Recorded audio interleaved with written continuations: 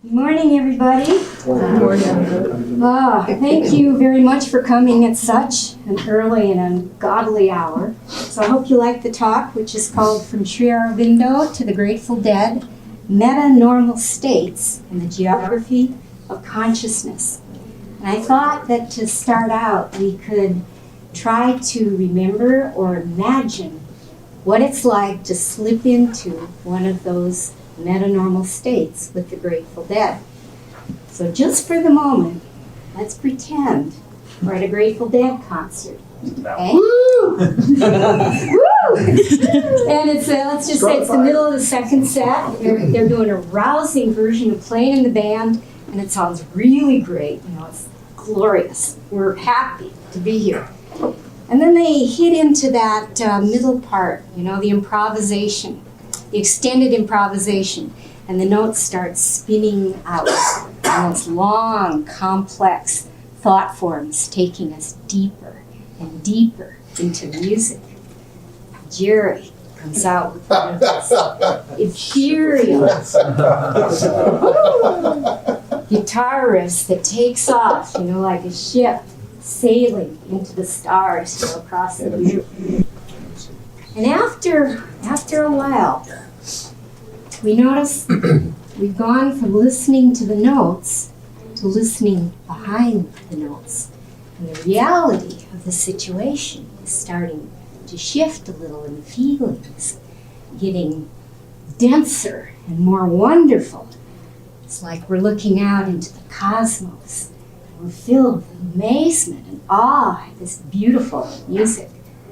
We're filled with light, happiness, and joy. You know, and as we listen, the volume increases and the power increases, and there's this surge of electricity Some guy crawled across the stage.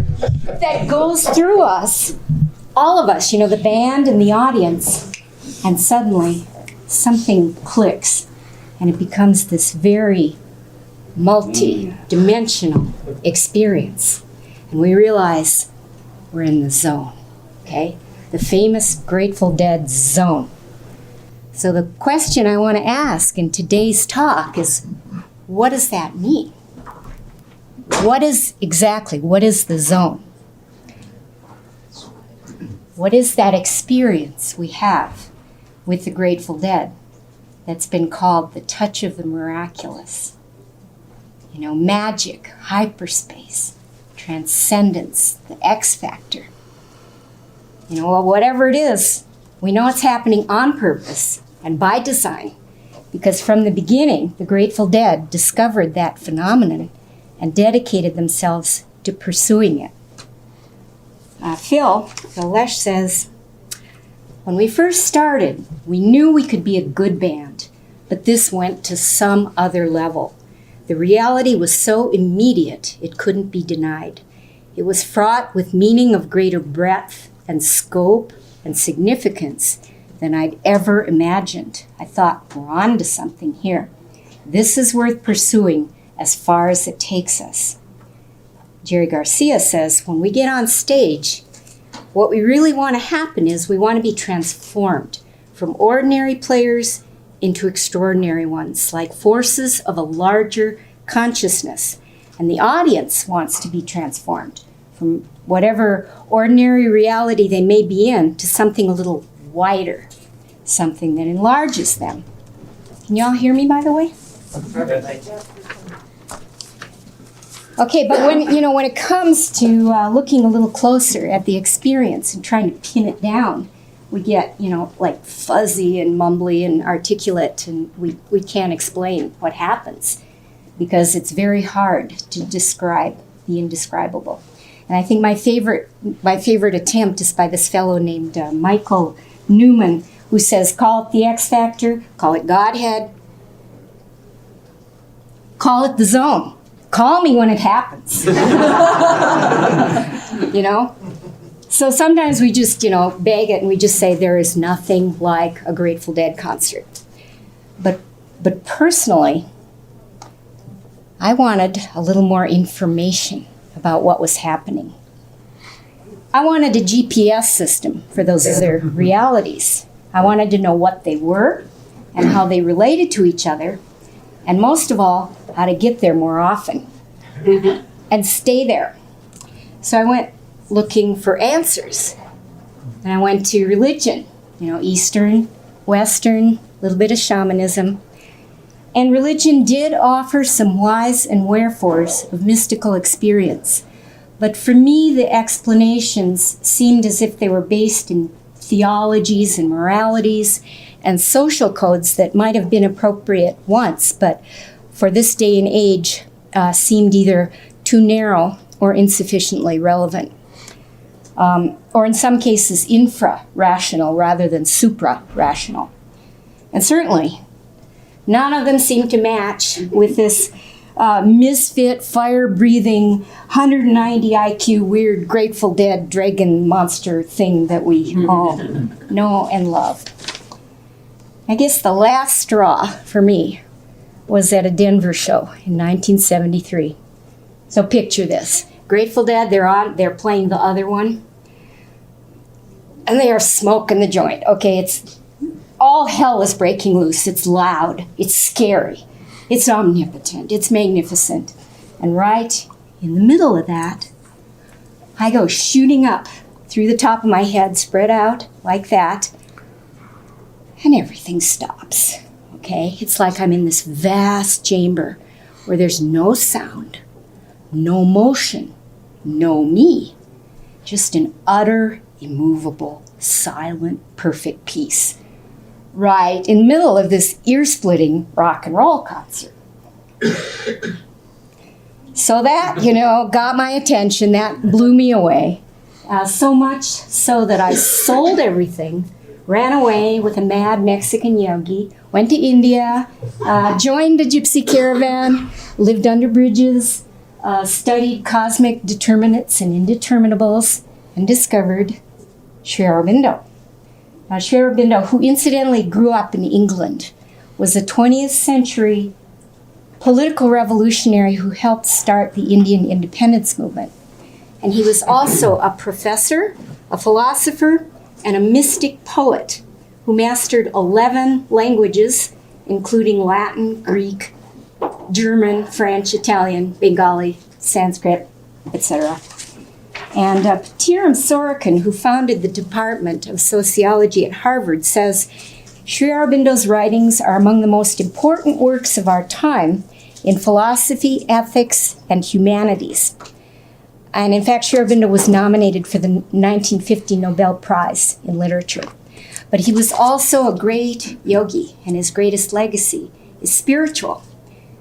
And he's the only one I've ever found, at least to my satisfaction, who offers 30 volumes, who offers a framework wide enough to encompass the multi-dimensional complexity, the massive power, and the fantastic richness of the Grateful Dead. So let's get into it. Jerry once said, I think consciousness is really far out stuff myself. He says, it might be that consciousness is the whole reason there is a universe. There might not be a universe apart from consciousness. According to Sri Aurobindo, Jerry is right. Sri Aurobindo says the entire universe emerges from consciousness. Consciousness is the omnipresent reality underlying all manifestation. Everything in the universe is made of consciousness. And this consciousness extends from the macroscopic to the microscopic on one continuous spectrum, but it goes through different phases and states. Like you could think of steam moving into water, moving into ice. They look and behave very differently, but they're all gradations of one substance. So it's like that with the spectrum of consciousness. Consciousness moves through various phases and states, but in essence, it's gradations of one thing. So Sri Aurobindo calls these various phases or states planes of consciousness. You could call them dimensions if you wanted. But here's the basic map. Up here, is the transcendent, and this is the unified field mystics talk about. and it's an unmanifest reality whose nature is infinite existence, infinite force, and also infinite bliss. And that blends down into what Sri Aurobindo calls the supermind, which is where the transcendent morphs into form and starts to manifest the physical universe. And blending down from that are the levels of universal mind, universal life, and by the time you get to the bottom, you get matter, where consciousness is completely concentrated in a sort of oblivious density of external form.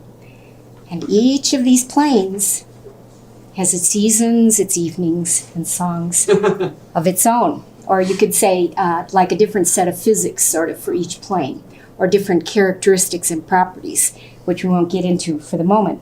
But anyway, that's like the superstructure of the universe, the foundation for the world as we know it. Okay, now as humans, we're tapped into all of these planes. See, the plot thickens because right at the core of our being, there's a series of what you could call receivers, okay, that pick up the different channels on the different levels.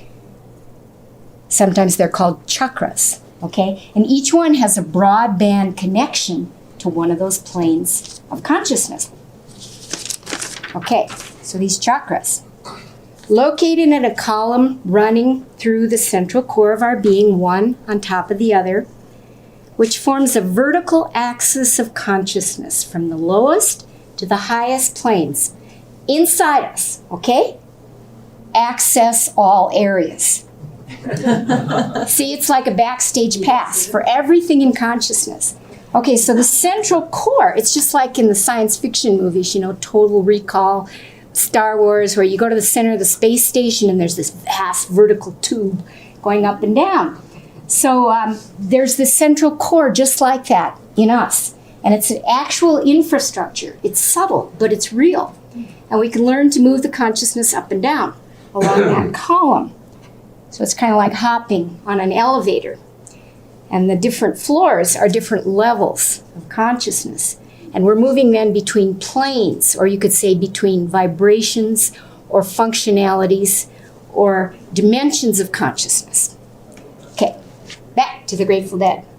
If by chance we take the elevator up during Terrapin, a likely event, we may be inundated with a feeling of infinite being, living light, massive power, because we're accessing the native modality of those overhead planes. And now you know what happened to me in 1973 when I went up out of the top of the head, here. If by chance Bobby takes us violently down a few floors when he cranks into I Need a Miracle, we'll know we're on the life energy plane, which is full of passion and vitality and desire. And if we end up in a Jerry song, you know, like So Many Roads, we'll know we're on the the upper life energy plane, which is the seat of refined emotions and love. Okay, so what I'm getting at is that this layered series of planes of consciousness, one on top of the other, and the movement of our awareness up and down through these levels, check it out. It's the vertical axis of the X factor, okay? And it takes some time to be able to identify these levels phenomenologically because they blend into each other. Remember the merging and the blending? And also, it's not a matter of just learning terms. It's a matter of perception and experience. But once we learn to identify the modalities, it's so cool because we can know exactly where we are in the zone by the characteristics of whatever experience we're having. And this will help us to know what's going on when things start to get strange. And you know they're going to get stranger. Because, as we've seen, consciousness moves up and down on a vertical axis. But it can also move on a horizontal axis. And on the horizontal axis, we stay on one plane. You know, we're not moving up and down between levels, but we widen, we get bigger. And here's how that happens. Sri Aurobindo says the small person we seem to be on the surface, this frontal external being we think we are, is not all we are. He says forgotten vastnesses await discovery deep within. Unmeasured breadths and depths of being are ours, but we're usually not aware of them because there's a veil between our normal surface consciousness and this inner consciousness. Of course, it's the magic of the Grateful Dead that takes us through the veil. And once we go through, the whole quality of our awareness changes. You know, it's like things feel kind of inside out, and our perceptions feel odd, and the air gets kind of thicker, and the sense of who we are starts to expand. So if anyone in this room maybe has experienced some of those weird symptoms, that's what it feels like to go into the inner consciousness. And it feels different because the consciousness is getting wider. It's fanning out from a small point of surface awareness to a larger inner consciousness, and eventually to what's called the cosmic consciousness. In other words, here's where we are at the beginning of a show.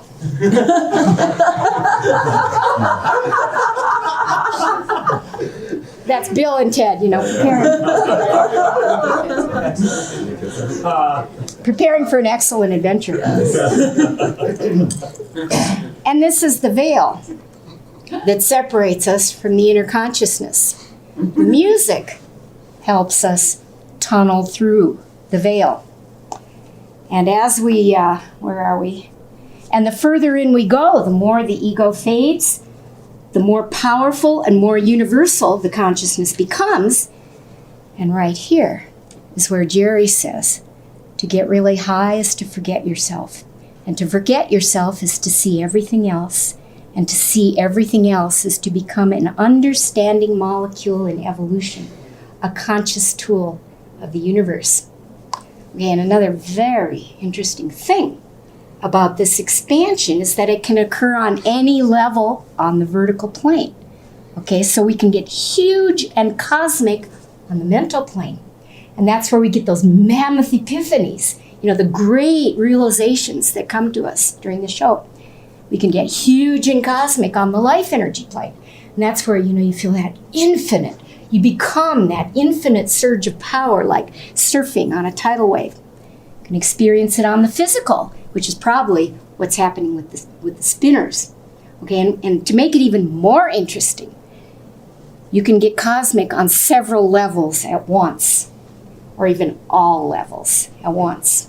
Okay, but a caveat. When we go into those inner states, we're not in Kansas anymore. Toto.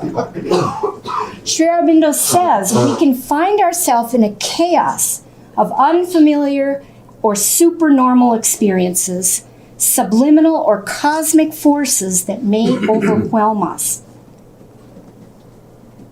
And there are the hallucinations, which Sri Aurobindo says are reflections, misrepresentations, or transcriptions in the mind and senses of things that do exist outside ordinary mental and sensory perception. Okay, so how is it that when we're moving around in these altered states, pushing the edge of reality with the Grateful Dead, it can be very weird. How is it that in the middle of all that, we feel safe? It's because behind all that, and at the core of the Grateful Dead, is the awakened power of the soul. Sri Aurobindo says we hold within us an inner divinity greater than mind, life, and body. And this, he says, is our very inmost being, the essence of who we are. He borrows a word from the Greek, psyche, psyche, and calls this the psychic being. It's located deep within, right behind the heart. He says it's an ever pure flame, immaculate, luminous, directly aware of truth of being and truth of nature. And this inmost part of us is what wakens when Jerry plays the music of our hearts, as Steve Silberman calls it. And this is the grateful in Grateful Dead. And this is the heart of gold in Heart of Gold Band, the oneness and the warmth and the goodness and the love. And it's this psychic being that brings the touch of the sacred. You know, and I'll cite some poetry from Sri Aurobindo to describe what happens at a Grateful Dead concert when the psychic being awakens in 20,000 people. He says we hear music that can immortalize the mind and make the heart wide as infinity. We feel immortal sweetness clasping immortal might, heart sensing heart, thought looking straight at thought, and the delight when every barrier falls, and the transfiguration and the ecstasy. And interestingly enough, this psychic being is at the nexus of those two axes of consciousness that we were talking about. It's right here at the center. And that's the infallible guide that keeps us safe when we go up and down and in and out of Never Everland. And that's why things we've never seen will seem familiar, because the psychic being is immortal and remembers infinity. Okay, so in summary, we've talked about the vertical axis of consciousness, where we can move up and down through the different levels or planes of awareness, and about the horizontal axis of consciousness, where we increase the breadth and scope of our awareness, and finally about the inmost psychic being that anchors us as we move through those various adventures. And what this gives us is a set of coordinates, to move through the geography of consciousness and apply today while continuing to experience the Grateful Dead X Factor via recordings and videos and webcasts like the awesome one last week, and radio shows and Dead-related concerts and conferences and other concerts and so forth. One last point.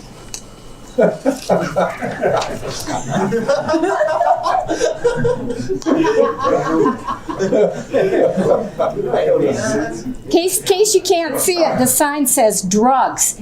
Doing nothing has never been so amazing. Okay, so you know the joke. What did one deadhead say to the other when the drugs wore off? This music sucks. Yeah, what is this crappy music? Okay, so in view of the counterculture history of the Grateful Dead, it's a fair and perhaps necessary to ask, is it just the drugs? Short answer, no. Drugs are one way into the zone, and there are others. And certainly in my case, I know it's not the drugs, because due to a series of horrendous trips, I had to quit psychedelics before I ever got into the Grateful Dead. And as for inhaling, of the 57 odd shows I went to 51 absolutely straight. Okay, so that's why I know that there are other ways to access the zone. And that basically what makes it work is focus, that is concentration, intention, and practice. The more we do it, the easier it gets. And certainly, one good way to do it is by sitting under the headphones with Grateful Dead. Okay, so this is the main point I want to make in this talk. This is the take-home. Sri Aurobindo says, we can build bridges between these metanormal states and our surface awareness. These states, he says, and I know from experience, are accessible, reproducible, navigable, and they can come at will and be strengthened over time. And these profound realities are part of our larger, truer being, our greater human heritage, you could say. So all those times we thought we were seeing truth, maybe we were. And maybe all those times we thought we saw the divine, we did. And all those times we thought we'd discovered the secrets of the universe, we had. And all this is part of what Jerry Garcia calls bigger and better things for consciousness.